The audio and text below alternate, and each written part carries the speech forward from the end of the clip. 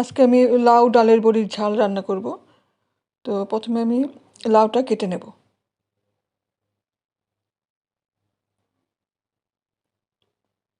প্রথমে খোসা ছাড়িয়ে নেব। আমি ডুমো ডুমো করে কেটে নেব। একটু বড় সাইজ করেই কাটবো, এরকম সাইজ করে কাটবো।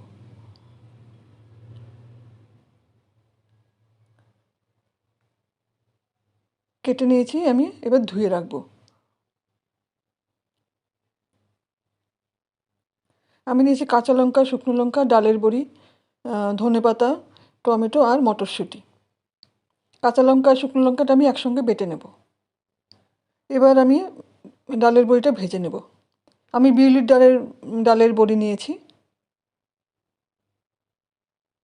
এবার গরম তেলেই দিয়ে দিব পাঁচফোড়ন আর তেজপাতা। এবার দিয়ে দেবো জিরে গুঁড়ো, ধনে গুঁড়ো আর হলুদ গুঁড়ো। অল্প একটু জল দিয়ে একটু কষিয়ে নেব।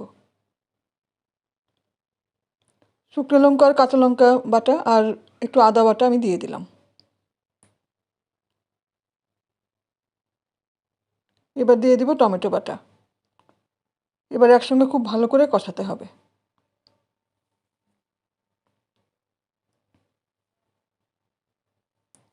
কষানো হয়ে গেছে, এবার আমি কেটে রাখা লাউ দিয়ে দিলাম।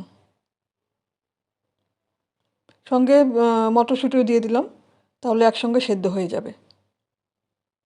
পরিমাণ মতো নুন দিলাম। নুন দিলে ডালে একটু লাউয়ে একটু জল বেরোবে। আমি ঢাকা দিয়ে রান্না করব খানিকক্ষণ, তাহলে সেদ্ধ হয়ে যাবে অনেকটাই নরম হয়ে গেছে লাউ আর মটরশুঁটি। কষানোও হয়ে গেছে, আমি জল দিয়ে দিলাম পরিমাণ মতো।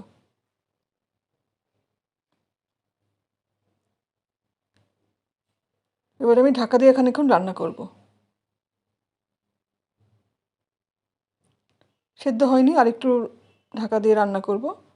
এবার প্রায় সেদ্ধ হয়ে এসছে। আমি এই সময় ভেজে রাখা ডালের বড়ি দিয়ে দিলাম। আর অল্প একটু চিনি দিলাম, 1 চামচ মতন দিলাম টেস্টের জন্যে। খুব অল্প সময় ঢাকা দিয়ে রাখবো যাতে ডালের বড়িটা ভালো নরম হয়ে যায়। হয়ে গেছে, রান্নাও হয়ে গেছে। আমি ধনেপাতা কুচি ছড়িয়ে দিলাম।